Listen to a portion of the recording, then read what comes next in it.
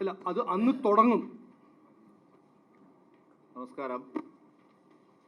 ശബരിമലയിലെ സ്വർണ്ണക്കൊള്ളയുമായി ബന്ധപ്പെട്ട SIT അന്വേഷണം, അവരുടെ നടപടികൾ പലതും സംശയാസ്പദമാണെന്നുള്ള കാര്യത്തിൽ തർക്കമില്ല. ഉണ്ണികൃഷ്ണൻ പോറ്റിയെ അറസ്റ്റ് ചെയ്തപ്പോൾ ആദ്യം തന്നെ പോറ്റി നൽകിയ മൊഴിയിൽ പ്രധാനപ്പെട്ട ഒരു പേരായിരുന്നു കടകംപള്ളി സുരേന്ദ്രൻ്റെയും പ്രശാന്തിൻ്റെയും. അതായത് ആദ്യ ദിവസം ഉണ്ണികൃഷ്ണൻ പോറ്റിയെ അറസ്റ്റ് ചെയ്ത് SITക്ക് ലഭിച്ച മൊഴികളിൽ ഏറ്റവും പ്രധാനപ്പെട്ട രണ്ട് പേരുകളായിരുന്നു കടകംപള്ളി സുരേന്ദ്രനും അതുപോലെ അപ്പോഴത്തെ ദേവസ്വം ബോർഡ് പ്രസിഡന്റ് പ്രശാന്തും.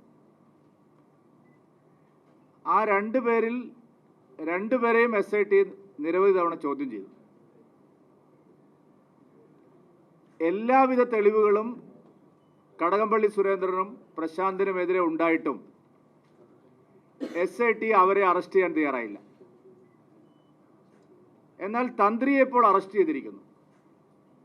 തന്ത്രി ക്ഷേത്രത്തിലെ എല്ലാ വസ്തുക്കളുടെയും കസ്റ്റോഡിയൻ അല്ല, അത് ദേവസ്വം ബോർഡാണ്. തന്ത്രി അവിടുത്തെ ആചാരങ്ങളും അനുഷ്ഠാനങ്ങളും സംരക്ഷിക്കാൻ വേണ്ടിയിട്ട് മാത്രമാണ് അദ്ദേഹത്തിനുള്ള അധികാരം. അവിടെ പൂജ എങ്ങനെ വേണം, അവിടുത്തെ കാര്യങ്ങളിൽ എന്തൊക്കെ മാറ്റം വരുത്തണം, സമയം എങ്ങനെയായിരിക്കണം, അതിനപ്പുറത്ത് ദേവസ്വം ഭണ്ഡാരം സൂക്ഷിക്കാനുള്ള ഒരു അധികാരവും തന്ത്രിക്കില്ല. അതിൻ്റെ മുഴുവൻ കസ്റ്റോഡിയനും ദേവസ്വം ബോർഡ് തന്നെയാണ്. ഇവിടെ റിമാൻഡ് റിപ്പോർട്ടിൽ പറഞ്ഞിരിക്കുന്നത് തന്ത്രി ആചാര ലംഘനം നടത്തിയെന്നാണ്. ആചാര ലംഘനം നടത്തിയിട്ട് കേസെടുക്കുകയാണെങ്കിൽ ആദ്യം പിണറായി വിജയനെതിരെയാണ് കേസെടുക്കേണ്ടത്. ഇവിടെ എത്രയോ ആചാര ലംഘനം അദ്ദേഹം തന്നെ നേരിട്ട് നടത്തിയിട്ടുണ്ട്. ശബരിമലയിലെ ഏറ്റവും വലിയ ആചാര ലംഘനം അദ്ദേഹം തന്നെയാണ് നടത്തിയത്. അവിശ്വാസികളായിട്ടുള്ള ആക്ടിവിസ്റ്റുകളെ കൊണ്ടുവന്ന് 18-ാം പടി ചവിട്ടിച്ച് ഞങ്ങളൊരു നവോത്ഥാനം ഉണ്ടാക്കിയെന്ന് ഓപ്പണായി സമ്മതിച്ച മുഖ്യമന്ത്രിയാണ് കേരളം ഭരിക്കുന്നത്. ആചാര ലംഘനത്തിന് IPCയിലോ അല്ലെങ്കിൽ ഇപ്പോഴത്തെ പുതിയ നിയമസംഹിതയിലോ എന്താ കേസുള്ളത്?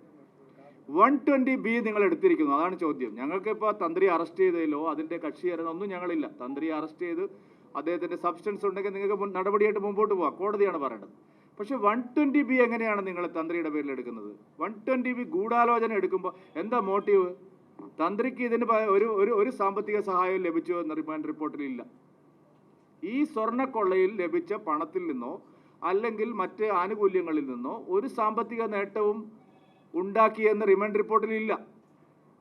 ആചാരങ്ങളുടെ കാര്യം മാത്രമാണ് റിമാൻഡ് റിപ്പോർട്ടിൽ പറയുന്നത്. അപ്പോൾ അവിടെ ഒരു സംശയം സ്വാഭാവികമാണ്. ഈ തദ്ദേശ തെരഞ്ഞെടുപ്പിൽ ഉണ്ടായിട്ടുള്ള അതിഭീകരമായ തിരിച്ചടിയിൽ നിന്ന് മറികടക്കാൻ ജനവികാരം അത്ര ശക്തമായി സർക്കാരിനെതിരെ ഉള്ളപ്പോൾ അതിനെ ഒന്ന് വഴിതിരിച്ചു വിടാനുള്ള ഒരു തന്ത്രമാണോ എന്നുള്ള സംശയം ജനങ്ങൾക്കുണ്ട്. അത് ദൂരീകരിക്കപ്പെടണം. അതാണ് ഞങ്ങൾ BJP ആലോചിച്ചിരിക്കുന്നത്, ND ആലോചിച്ചിരിക്കുന്നത്. ഞങ്ങൾ ഇതിനെ സംബന്ധിച്ചുള്ള അഭിപ്രായം അല്ല. ഞങ്ങൾ ഈ കേസിൽപ്പെട്ട ആരെയും സംരക്ഷിക്കാനില്ല, ആർക്കു വേണ്ടിയും വക്കാലത്തിനില്ല. പക്ഷേ ഈ കേസിൽ സംശയങ്ങൾ ധാരാളം ഉണ്ട്. പ്രധാന പ്രതികളെ അറസ്റ്റ് ചെയ്യാതെ ആചാര ലംഘനം നടത്തി എന്ന് പറയുന്ന അല്ലെങ്കിൽ എല്ലാം അറിഞ്ഞിരുന്നു എന്ന് പറയുന്ന തന്ത്രിയെ മാത്രം അറസ്റ്റ് ചെയ്യുന്നു. എല്ലാം അറിഞ്ഞിരുന്നു കടകംപള്ളി സുരേന്ദ്രന്, എല്ലാം അറിഞ്ഞിരുന്നു പ്രശാന്തിന്, ശങ്കർദാസിന്. പ്രശാന്തിൻ്റെ കാര്യമാണെങ്കിൽ ബഹുമാനപ്പെട്ട കോടതി തന്നെ ചോദിച്ചിട്ടുണ്ട്, നിങ്ങൾ എന്താ പ്രശാന്തിനെ അറസ്റ്റ് ചെയ്യാത്തത്? കാരണം അദ്ദേഹം നേരത്തെ നടന്ന തട്ടിപ്പിൽ എല്ലാ കാര്യങ്ങളും വിജിലൻസ് കണ്ടെത്തിയ തട്ടിപ്പിനെ സംബന്ധിച്ച എല്ലാ കാര്യങ്ങളും മനസ്സിലാക്കിയിട്ട് അതേ തട്ടിപ്പ് റിപ്പീറ്റ് ചെയ്യാണ് ആ പ്രശാന്ത് ചെയ്തിരിക്കുന്നത്. കടകംപള്ളി സുരേന്ദ്രൻ ഇതിൻ്റെ ഫൗണ്ടർ ഓഫ് ദി കോൺസ്പിറസിയാണ്. അദ്ദേഹം അവിടെ ഇരിക്കുമ്പോഴാണ് ഈ തട്ടിപ്പ് മുഴുവൻ നടക്കുന്നത്. അദ്ദേഹവുമായി നിരവധി ഇടപാടുകൾ, അത് വ്യക്തിപരമായും സാമ്പത്തികമായുമുള്ള നിരവധി ഇടപാടുകളെ സംബന്ധിച്ചുള്ള ചോദ്യങ്ങൾ SIT ഉന്നയിച്ചതാണ്. പക്ഷേ എന്തുകൊണ്ട് കടകംപള്ളിയിലേക്ക് അറസ്റ്റ് പോകുന്നില്ല? എന്തുകൊണ്ട് പ്രശാന്തിലേക്ക് പോകുന്നില്ല? എന്തുകൊണ്ട് ശങ്കർദാസിലേക്ക് പോകുന്നില്ല? എന്തുകൊണ്ട് വാസവന്റെ ഉത്തരവാദിത്തത്തെക്കുറിച്ച് ഒരു അന്വേഷണം പോലും നടത്തുന്നില്ല? ഈ ചോദ്യം വളരെ പ്രസക്തമാണ്. രണ്ടാമത്തെ കാര്യം, രാജീവ്ജി പറഞ്ഞു ഇതിൽ കോൺഗ്രസിന്റെ പാർട്ട് എന്താണ്? കോൺഗ്രസിന് ഇത് ശക്തമായിട്ടുള്ള ബന്ധമുണ്ട്. കാരണം ഈ സ്വർണ്ണക്കൊള്ള നടക്കുന്ന അതേ 2017 അടൂർ പ്രകാശും ആന്റണിയും, അവർ ചെറിയ വ്യക്തികളല്ല, ചെറിയ മീനുകളല്ല. അവർ കേരളത്തിലെ UDFന്റെ കൺവീനറാണ്. ശബരിമല നിലനിൽക്കുന്ന പത്തനംതിട്ട ജില്ലയിലെ MP ആണ്, പത്തനംതിട്ട ലോക്സഭയിലെ MP ആണ്. ഇവർ രണ്ടുപേരും ചേർന്ന് ഉണ്ണികൃഷ്ണൻ പോറ്റിയെയും ഈ സ്വർണം വാങ്ങിയ വ്യവസായിയെയും എന്തിനാണ് സന്ദർശിച്ചത്? സമയം വളരെ പ്രധാനപ്പെട്ടതാണ്. ഇവിടെ ഈ ഗൂഢാലോചന നടക്കുമ്പോൾ തന്നെ മാർക്കറ്റ് കണ്ടെത്താൻ ഉണ്ണികൃഷ്ണൻ പോറ്റിയും വ്യവസായിയും സോണിയാഗാന്ധിയാണ് സമീപിച്ചത്. അതിന് കാരണമുണ്ട്. സോണിയാഗാന്ധിയുടെ സഹോദരിക്ക് ഇറ്റലിയിൽ രണ്ട് പുരാവസ്തു ഇതുപോലുള്ള വിഗ്രഹങ്ങളുടെ കച്ചവടം നടത്തുന്ന സ്ഥാപനമുണ്ട്. ഞങ്ങളത് എവിടെ വേണമെങ്കിലും പ്രൂവ് ചെയ്യാൻ തയ്യാറാണ്. പ്രസാദം കൊടുക്കാനാണെങ്കിൽ ഉണ്ണികൃഷ്ണൻ പോറ്റി പോട്ടെ, ഈ വ്യവസായിക്ക് എന്താ പ്രസാദം മന്ത്രച്ചാരട് കെട്ടിക്കാനായുള്ള? അപ്പോൾ എന്തിന് വ്യവസായിയെ കൂട്ടിക്കൊണ്ടുപോയി?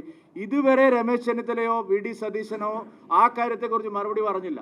കാരണം ഈ വിവാദം പബ്ലിക് ഡൊമൈനിൽ കൊണ്ടുവന്നത് ശ്രീമാൻ രമേശ് ചെന്നിത്തലയാണ്. അദ്ദേഹത്തോടാണ് വ്യവസായി പറഞ്ഞിരിക്കുന്നത് 5000-10,000 കോടിയുടെ ഇടപാട് നടന്നിരിക്കുന്നു, ഇത് പുരാവസ്തു കച്ചവടമാണ് നടന്നിരിക്കുന്നത്, ഇത് ഒറിജിനൽ ഗോൾഡിന്റെ വിലയുമായി ബന്ധപ്പെട്ട ഒരു അഴിമതിയല്ല.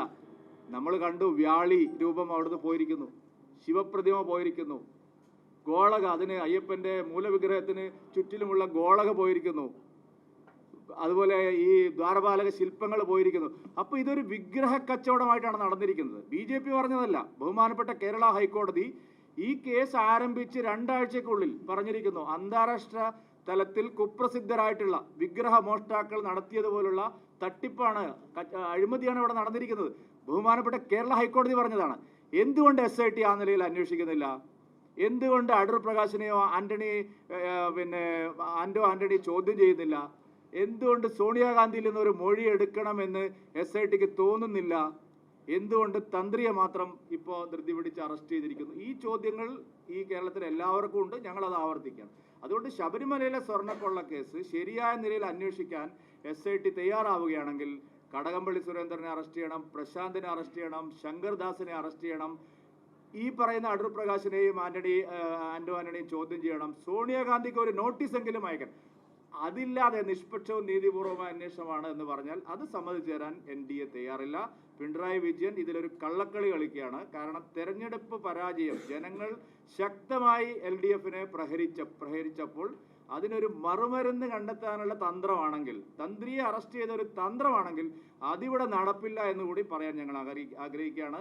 ആരെയും വെറുതെ വിടാൻ ഞങ്ങൾ സമ്മതിക്കില്ല. ഇതിൻ്റെ അവസാന നിമിഷം വരെ, ഇതിൻ്റെ ലോജിക്കൽ എൻഡിലെത്തുന്നത് വരെ, ഇതിലെല്ലാ പ്രതികളും നിയമത്തിൻ്റെ വലയിലാവുന്നത് വരെ NDA സമരത്തിലുണ്ടാവും എന്ന് മാത്രമാണ് എനിക്ക് ഈ സന്ദർഭത്തിൽ പറയാനുള്ളത്.